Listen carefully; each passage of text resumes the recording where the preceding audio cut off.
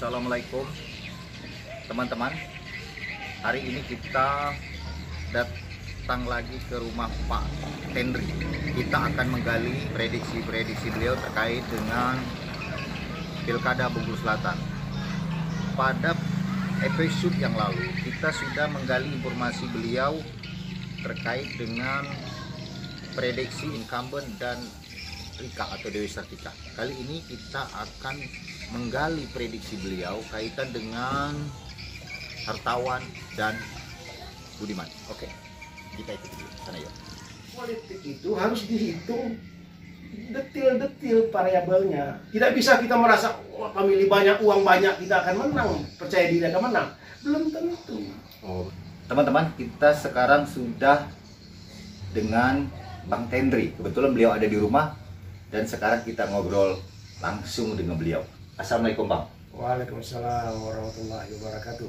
Ketemu lagi nih Bang. Kemarin kita sudah menggali potensi Gusnan Mulyadi dan Dewi Sartika atau Rika. Kali ini Bang ingin menggali potensi Hartawan dengan Budiman Bang. Oke, langsung saja kita masuk ke Hartawan barangkali Bang ya. Hartawan kans menangnya ada, malah banyak prediksi di masyarakat Hartawan itu di bawah incumbent, artinya bisa mengalahkan incumbent. Begitu Bang ya? Ya. Hartawan bisa mengalahkan incumbent gitu ya, prediksi di masyarakat ya? Pasangan masyarakat bahwasanya Hartawan itu kuat kan. Lebih dominan intinya ya? Dominan artinya dibanding yang tiga itu kan. Tapi ya kalau kita analisa memang Hartawan artinya waktu survei pertama sebelum awal-awal survei belum keluar RIPAI, belum keluar nama Rika, Hartawan itu memang 60% didukung oleh warga Kedurang tanpa uang. Itu kekuatannya ini. Survei itu mengatakan Hartawan akan didukung oleh warga Kedurang dengan tanpa uang. Tanpa uang ya? Artinya memilih Hartawan. Artinya cukup militan lah ya? Kalau militan, karena memang kita akui bahwasanya karena Kedurang itu dia homogen, udah dia homogen, artinya orang Kedurang semua tinggal di Kedurang itu, ditambah Kedurang itu sifat psikismenya lebih tinggi, artinya dia lebih menyatu suaranya, lebih tidak terpecah lah. Tidak pecah lah, karena dia homogen ya. Itulah keuntungan Hartawan. Jadi Kedurang bisa suaranya bisa 60% untuk Hartawan. Sebelum nama RIPAI keluar dan nama Rika keluar. Oh begitu. Kenapa saya bilang sebelum RIPAI keluar? Karena RIPAI adalah dia juga mertuanya orang Kedurang dan keluarga besar juga. Nah, RIPAI punya kantong suara banyak di situ, di Sulau itu. Karena pertama bapaknya itu sudah lama, ibunya itu berkebun di Sulau itu, kebun sawit yang lebar. Bapaknya masih dari zaman bapaknya jadi Pak Datuk, pemangku marga dulu Pak Datuk namanya kan. Bapaknya itu memang sudah di Sulau karena mereka punya tanah di situ. Dan ibunya dari RIPAI itu kecil, karena RIPAI itu kecil, ibunya itu sudah berkebun sawit di Sulau. Ibunya yang pertama kali berkebun di Sulau itu. Apa kaitannya dengan orang tuanya RIPAI dengan Sulau? Apakah orang tuanya RIPAI ini sebagian orang Kedurang ada bagaimana? Tidak, orang tua RIPAI enggak, orang tua RIPAI enggak orang mana. Tapi maksud saya dia kekerabatannya orang tuanya itu hubungan baik dengan warga Sulau. Oh gitu. Jadi suara Kedurang itu kan ada suara warga Sulau, Kedurang Hilir. Dan RIPAI itu sendiri banyak, dia kan dulunya kan kontraktor. Dia pekerjaannya sebelum dia jadi wakil bupati kontraktor. Dan itu kan banyak orang-orang Sunda Sulau itu ya jadi anak buahnya dia. Itu berpengaruh. Itu yang mempengaruhi ini menarik suara Hartawan di tengah jalan ini gitu setelah nama RIPAI keluar. Plus di nama Rika. Nama Rika keluar karena Rika ibunya orang Kedurang. Tapi Hartawan kalau dia bisa memanage itu, dia bisa memenangkan. Artinya pertama dia warga Sulau, kedua dia ada image dia sebagai ustadz, dia juga banyak dikenal di mana, di Siginim, di Hernipis dia dikenal. Nah, tapi bagaimana dia menggunakan pergaulan ustadznya selama ini untuk dijadikan tindakan politik memilih dia, itu persoalannya. Terus begini bang, tadi abang bilang survei ya, survei sebelum adanya Ripai muncul, sebelum adanya Rika, Hartawan, Wah. Nah sekarang Ripai sudah ada, Rika sudah ada. Bagaimana menurut pandangan abang sekarang? Ya Ripai dan Rika pasti mengambil suara kedurang. Iya. Nah, itu persoalannya kekuatan tim Hartawan, bagaimana bisa tidak suara itu diambil? Tidak diambil, suara itu tidak diambil oleh Ripai dan ini. Tapi artinya sisa suara dari keluarga Ripai dengan keluarga Rika itu bulat untuk Hartawan. Plus ditambah di situ ada Darmin. Untuk Bunga Mas ya. Bunga Mas itu Darmin bisa ambil suara karena dia asli orang situ kan. Salah Darmin ini orang Gunung Kayak kan. Saya lupa benar, tapi yang jelas biasanya kalau nggak salah Gunung Kayak apa Tumbuh Tebing gitu.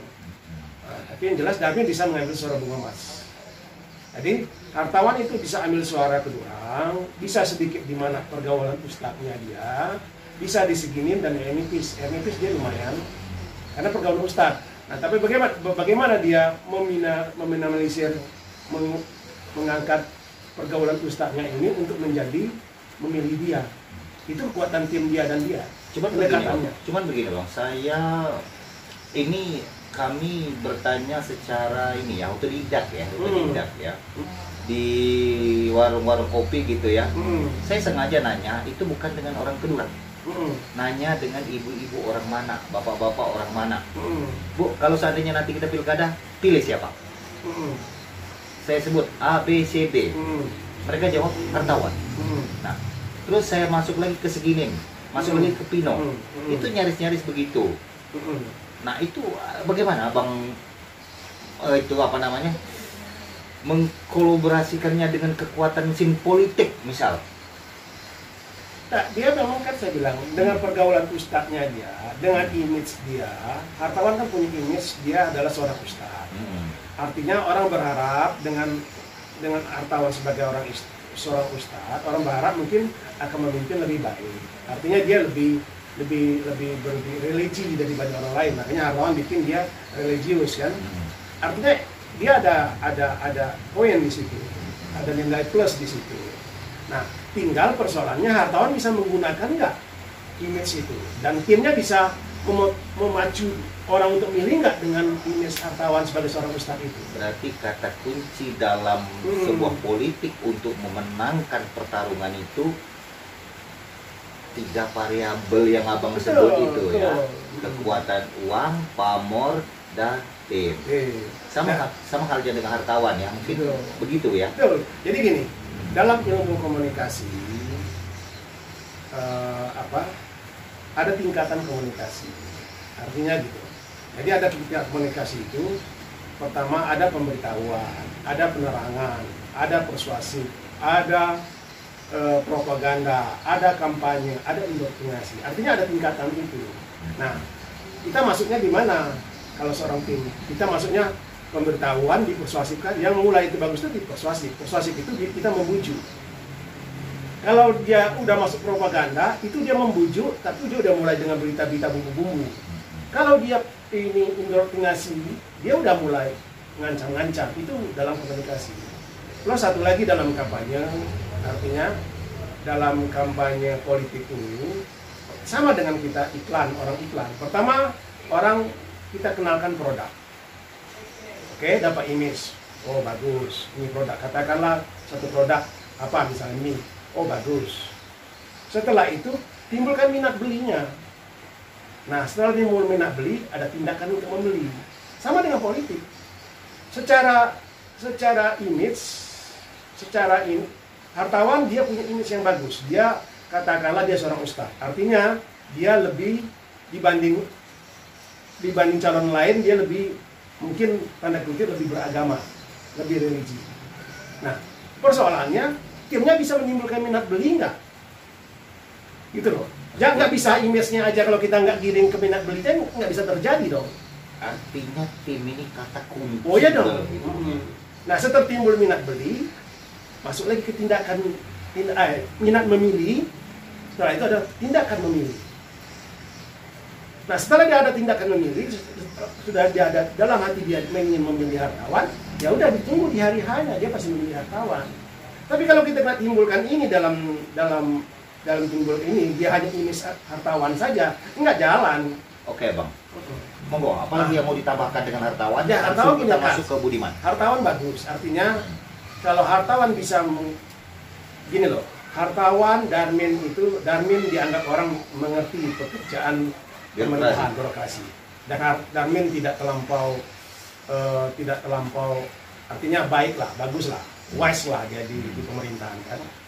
Nah, hartawan juga dia orang di pengadilan agama, wise juga gitu, tidak ada kasus yang timbul kan, artinya dia wise. Nah, tinggal persoalannya sekarang adalah bagaimana mereka timnya menggunakan kekuatan yang ada itu, image yang bagus itu, menjaga kekompakan, kekompakan dia dipacu. Kalau timnya nggak bisa, supaya dia beli yang minat memilih itu tinggi, minat membeli tidak memilih tinggi. Kalau timnya nggak bisa memacu itu, ya percuma, walaupun dia image produknya bagus gitu loh. Itu persoalannya dalam politik. Budiman Ismaun. Nah, gimana nih?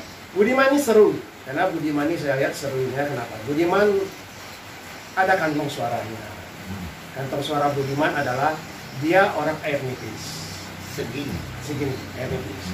Nah, saya yakin Budiman itu akan menggunakan apalagi di situ ada barley kan, saya yakin benar. Ada barley itu harus dihitung detil-detil variabelnya. Tidak bisa kita merasa pemilih banyak, uang banyak, kita akan menang, percaya diri akan menang. Belum tentu. Oh begitu. Oh ya. Jadi kita tutup obrolan kita. Boleh. Terima kasih bang. Sama-sama.